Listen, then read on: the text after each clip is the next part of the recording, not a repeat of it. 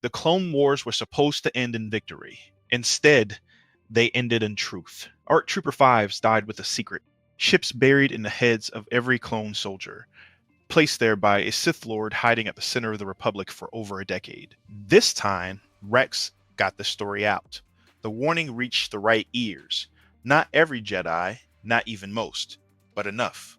Obi-Wan Kenobi was on Utapau when his clones turned. A sharp force push sent three troopers skidding backward, buying him the seconds he needed to disappear into the lower passages. Yoda felt the wrongness on Kashyyyk like a physical blow. He disarmed Commander Gree before the shot ever fired and vanished into the jungle.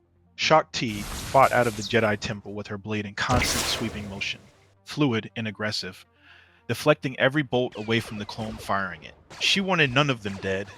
Plo Koon, above Cato Neimoidia, pulled his fighter into an evasive roll when his wingmen opened fire, crash-landed in the cloud layer below, and walked away from the wreckage with his lightsaber intact. Order 66 still fired. Jedi still died by the hundreds on worlds where the warning never arrived. The night was soaked in blood, but the Jedi were not extinct, and that changed everything. None of this saved Anakin. His fall was never about the clones. It was about a 9-year-old boy taken from his mother and handed to an institution that wrapped him in prophecy and denied him the basic human need to love without terror of loss. Palpatine had been feeding that fear for years, carefully and patiently, the way you tend to fire you intend to use. When Anakin stood in the Chancellor's office and saw Mace Windu standing over a defeated Palpatine, the old man's yellow eyes fixed on him with calculated helplessness, he had to choose in a single fractured second between the law and the only person who had ever promised him Padme wouldn't die. His blade ignited like a thunderclap. Windu turned and had just enough time to look not surprised, but sad. Anakin knelt, accepted a name that wasn't his, and was sent to the lava planet. He went. What Anakin didn't know, what nobody knew yet, was that Mace Windu did not die. Battered, his sword hand gone, he used every last reserve of force strength to slow his fall and crash into the lower levels. He lay in the dark for a long time, then he got up. Ahsoka found the coordinates through Padme, who had gone looking for Anakin, and found only chaos. Obi-Wan came too, but they both understood this confrontation couldn't be his to lead. The heat on Mustafar was like walking into a furnace. Anakin was standing at the edge of an outer platform when they arrived, staring into the lava like a man who had already decided what he deserved. He heard them coming, turned, and his blue blade snapped to life.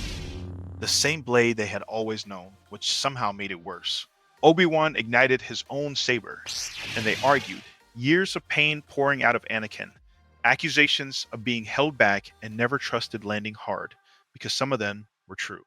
When words failed, blades took over. They exchanged strikes the way only two people who had trained together for a decade could. Each movement anticipated, each counter already forming before the attack landed. A terrible kind of intimacy in the violence, neither fighting to kill, both knowing it. Then Ahsoka stepped between them with empty hands. She said his name, Anakin, not Vader, just her master, the person who had trained her, protected her, believed in her, and called her Snips like it was an insult and a term of endearment at the same time. She told him she had thought about leaving every single day since she walked away. Whether staying might have changed something. She wasn't asking for forgiveness, just telling him the truth. Then she told him Padme was alive, and she was asking for him. The blue blade went out. The silence stretched. Obi-Wan slowly lowered his own saber and shut it off, leaving only the orange light of the lava to see by. In that light, Anakin looked very young and very destroyed. All the rage burned out at once. He went to his knees on the rock, and what came out of him wasn't rage. It was grief, pure and unguarded, the sound of someone who had broken something irreplaceable and was only now understanding what it was. Palpatine had miscalculated. His plan depended on the Jedi being gone before he revealed himself. Instead, he declared himself Emperor with Yoda alive, Obi-Wan returning to the temple, and Plo Koon already making contact through Bail Organa's network. The surviving Jedi converged. The battle through the Senate district was brutal.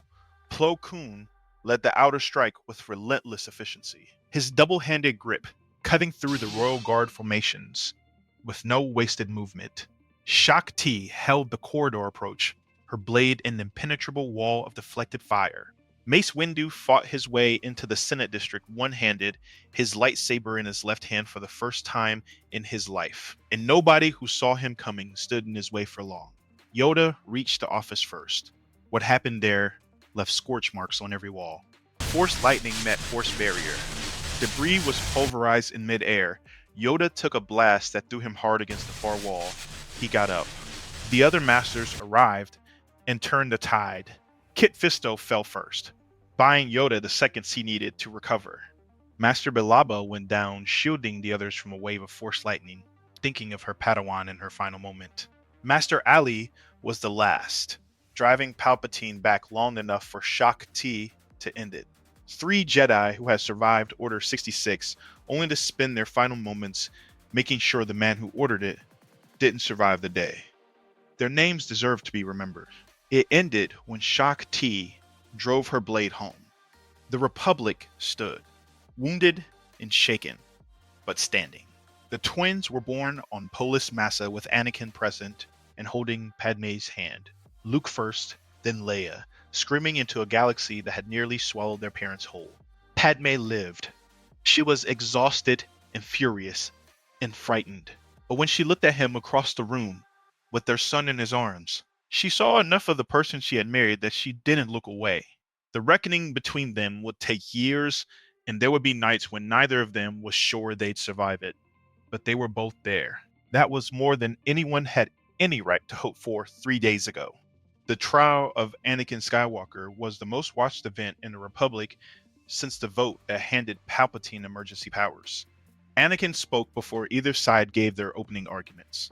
He stood at the central podium, no robe, no title, just a man, and told them everything. Not a defense, just facts stated plainly, without flinching. He said he had made choices. He said people were dead because of him. He said he would not fight whatever judgment came. The Senate was not prepared for that.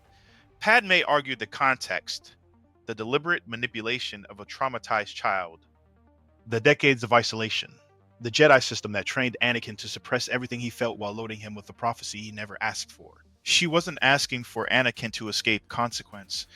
She was asking the Senate to understand what consequence meant when the crime emerged from a wound. Half the chamber was in tears. Obi-Wan admitted on the stand that he had seen Anakin struggling and trusted the code over his instincts.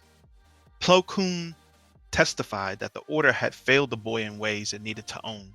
Several senators who arrived ready to vote for execution left uncertain. Mace Windu did not testify.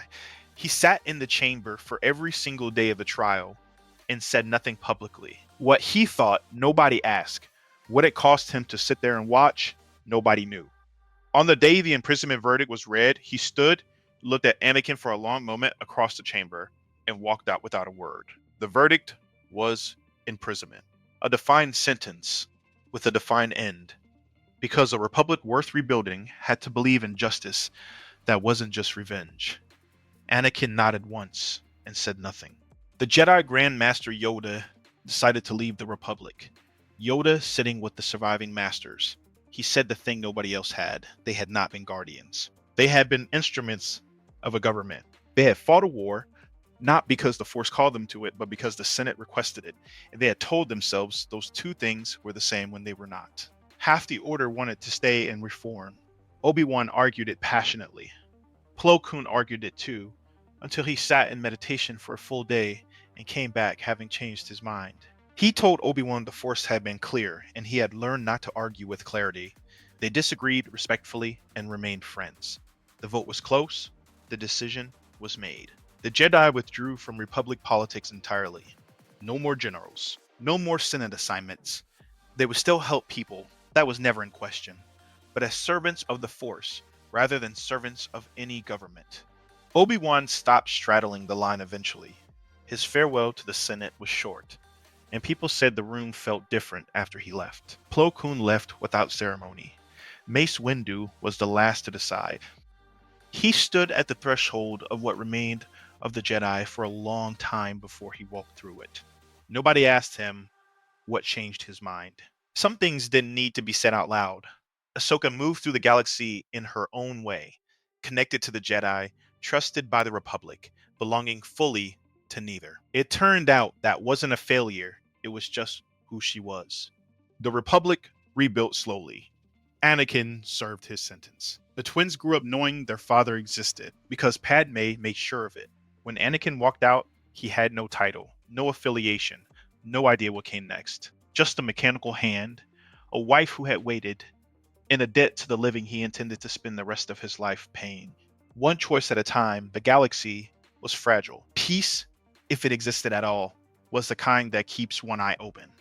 Because one shadow remained, a survivor who had lost his master, his war, and everything the Sith had promised him, and had spent all that time turning his rage into something cold, patient, and far more dangerous than grief.